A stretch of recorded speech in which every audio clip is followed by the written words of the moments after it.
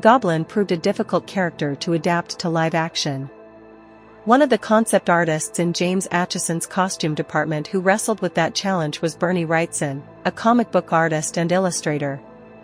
Artist Miles Teves takes on the goblin face ranged from a ghoulish countenance to an overlay of circuitry inspired by Norman Osborn's high-tech background. Artist James Lima's goblin concepts range from rough sketch to polished final drawing. Note the circuitry theme that pervades the designs. Some of the designs seem to suggest that, at first, the mask wasn't intended to be static or a helmet, although the suit itself does appear to have been considered as having an armored look from the very beginning.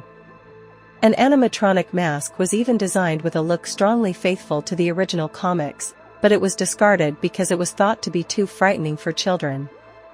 As the ideas and designs progressed toward the mask we all know today, it seems that at first there was an attempt to stay even more faithful to the comic book design, keeping a portion of the helmet with a clearly visible purple color. In the comics he was more of a Halloween goblin. But we began considering what devices and costumes a wealthy arms manufacturer would use to commit his evil deeds. Is his costume purely aesthetic or totally touch it out?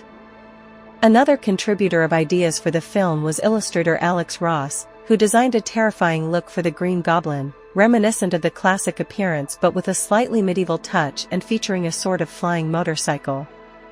Several concepts were considered for the glider, ranging from some that stayed closer to the comic book design, to more experimental ones, and even some that strayed quite far from the original look. One of them even resembles the one used by the villain Jack-o'-lantern. In the unused concepts for the film, we can also find the Goblinettes, apparently henchmen of the Green Goblin. This idea was taken from the comic Spider-Man, Legacy of Evil,